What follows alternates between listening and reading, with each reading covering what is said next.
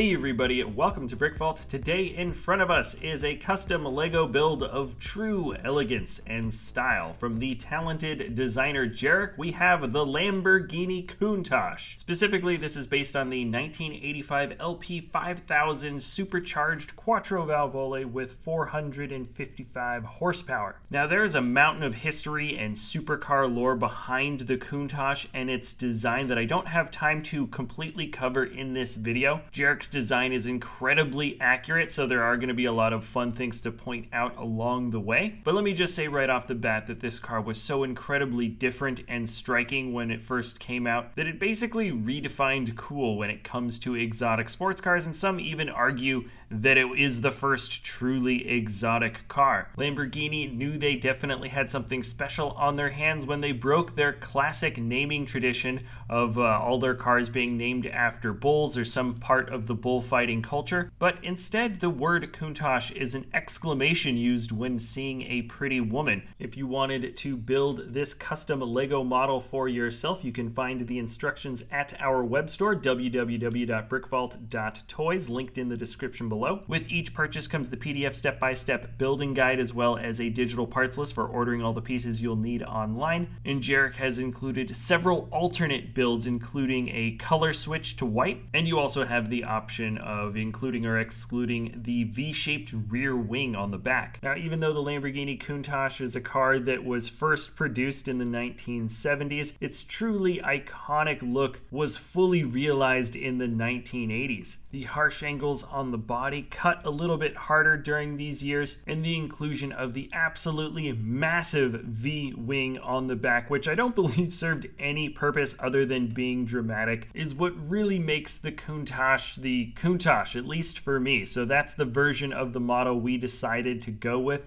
red and with the V-wing. And now it is time to actually jump into the review. So knocking out some logistics, the model is 11¼ inches long or 28 centimeters, 6 inches wide or 15 centimeters, and 3¼ inches high, 8 centimeters. This makes it almost the same dimensions of the Creator Expert F40 from Lego. It's only slightly longer, slightly wider, and slightly shorter. But maybe I'll show you guys a little bit more of those two models compared to each other a little bit later in this video. For now, I want to focus just on the Countach, and you may have been able to pick up on some wonderful through lines for this model. Jarek went to great lengths to make lots of little pieces fill in just right. For me, the defining features that really outline the correct shape of this model start at the pointed wedge-shaped nose. You'll see just as we pass the front wheel, the angle of the car cuts in along the sides, and he also added some sloped cheese wedge pieces to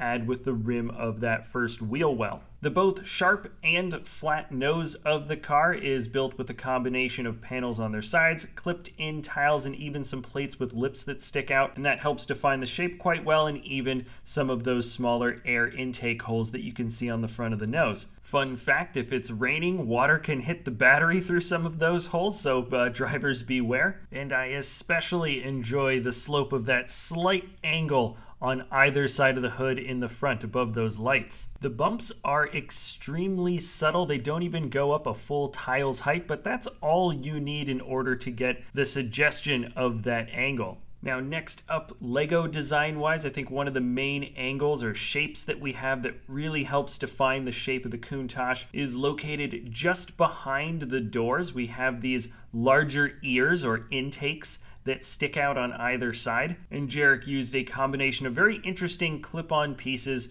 to make sure that that angle is correct both for these intakes and for the panels that rest just behind it. It's extremely subtle, but you'll see the black grills in front of the intake are at one angle, the red intakes themselves are at another, and the panels just behind there are at yet another angle. So when you look at it, you can see the combination of tiles and sideways panel pieces match up wonderfully with those long slope bricks that make the outside of the car, and they also line up quite well with the longer sloped bricks deeper in the body closer to that engine. Fun fact about those ear-shaped intakes, the radiator inside was so big that it actually stuck out a little bit from the actual frame frame of the car, so they built these larger intakes around it to avoid these harsh corners vertically mounted. And now we're looking at the back of the Countach. Favorite bit of design work here in Lego bricks for me are the different inverted slope bricks that are just beneath the back lights. It outlines a nice little shape, and then it gets kind of thin towards the outer edge of the car, and that ends up making an excellent outline for the profile. All right, there's actually a lot of different interesting design choices that we could pour over for this model, but it's time to get into the functions. Famously, the Lamborghini Countach has the scissor doors. These are the ones that open up vertically. This Lego model has two different hinge pieces on either side, so it can kind of come up and out. And the first angle that you can see for the doors here is, I think, the accurate one, how high up the doors can go in real life. And then if you mess with it a little bit, you can get them slightly higher if you want. I think the car looks so cool with the doors completely open like this. Very much like the iconic DeLorean gull wing doors. There's just something so weird and strange about seeing them open up like this. And many of the owners are said to actually really enjoy this function. They say it works quite well. And it makes you wonder why you don't see this form of vertical opening door more often. Of course, with the sides open now, you can see the interior. This two-seater has a standard tan leather with a little bit of dark tan along the bottom. In the middle, you have a 5-speed shifter. It's built from a microphone piece, and now you can actually see the interior a lot better. I took off the roof/engine cover very quickly so you could get a better look at the inside. It's pretty darn well furnished. I like the angles and the subtle tan to dark tan differences that we have. And in case you didn't notice it from the beginning of the video, the steering wheel here does turn, but it is not attached to the wheels. The wheels actually turn with a completely different function. The scoop seats here are at a relatively harsh angle, and they actually look pretty accurate to what the originals look like in real life. Most people that have sat in them say that they are not particularly comfortable. Now, closing off both of the doors again and adding the roof piece back to the top. This thing looks pretty complete, but the outside front has one more little function, and that is the single windshield wiper blade. It's a little bit long here, but technically that is accurate. There is just one blade, and its swipe ends vertically right in front of the driver. So there's reason number 2 not to ride this thing around in the rain. Now, jumping a little bit further back, you did just see me take the back cover off, but I want to show you guys some of the wonderful details that we have here. You can see a little bit of the engine pop through the top of that engine cover, and there's also a couple of trans black plate pieces that are meant to be an indicator of the back rear view window, but you can't really see anything outside of it. And in the owner's manual, they actually tell you to open up the door and stick your head out the side in order to reverse. Sorry, I'm getting a little bit ahead of myself. It's time to start gawking at the gigantic V12 engine on the inside. And the engine we're looking at here is the first year that the LP5000 was out, the Quattrovalvole, or the 4 valves per cylinder. That is a 5.2 liter engine. And specifically, when we're coming to the build details of the engine, the binocular pieces are meant to be the carburetors. The later versions of this engine had covers, though it looks like this one doesn't have any covers on top of those carburetor pieces. And then some of those angled bar pieces that you see underneath are a bit of the exhaust manifold. Jarek managed to fit in a ton of other technical and greebly style details into this area, and it all fits in quite nicely with this cover that just slides in with a little bit of tension. It doesn't actually stud in anywhere. Now, moving on to the best function for the last bit here, you have to take the engine cover off in order to open up the trunk all the way. That is kind of true to the original Countach. If you have the wing on the back, the trunk doesn't fully open, and inside you can see a key. We now have to jump to the bottom back area to see where you insert that. The front wheel here is actually a different size from the back wheels, which is also an accurate detail. But really, now let's put the key into the Technic hole in the back. It is just underneath the license plate, and it fits into that little opening no problem. Now you have access to turn the wheels in the front.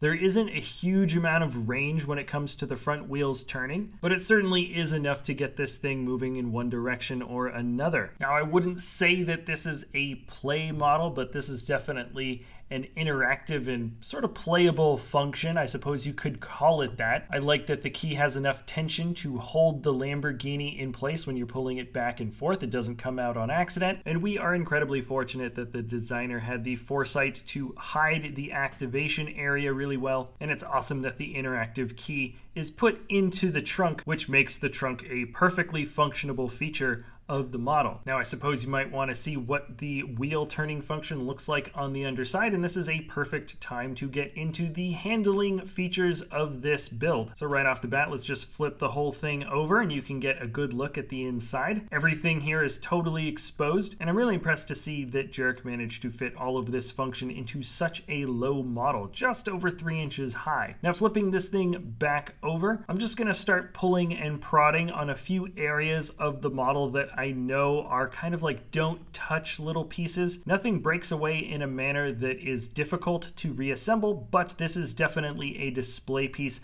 that has little areas with tendencies to pop off if you're playing around with it too roughly or if you pick it up from the wrong point. For the most part, this really just has to do with the wheel wells, and outside of that, I really do feel like I can hold this model from most corners. Not all corners, but most of the Countach actually feels pretty rock solid. The multi-angled areas by the intakes in the back that I was talking about before are a place where you probably don't want to hold on to the model from, but ultimately this is a model that you can pick up casually, and you don't have to worry too much about little pieces breaking off and being annoying to put back together. I always do like to reiterate, once again, this is a display piece, not really meant to be played around with, but you certainly don't have to tiptoe around it either. Now, quickly, I said I'd compare the F40 Lego model and Jarek's custom-built Countach. They don't actually scale to each other perfectly. In reality, the F40 is roughly 10 inches longer than the Countach, yet here these sizes have been inverted where the Countach is just a little bit longer than the F40. I just like seeing them together and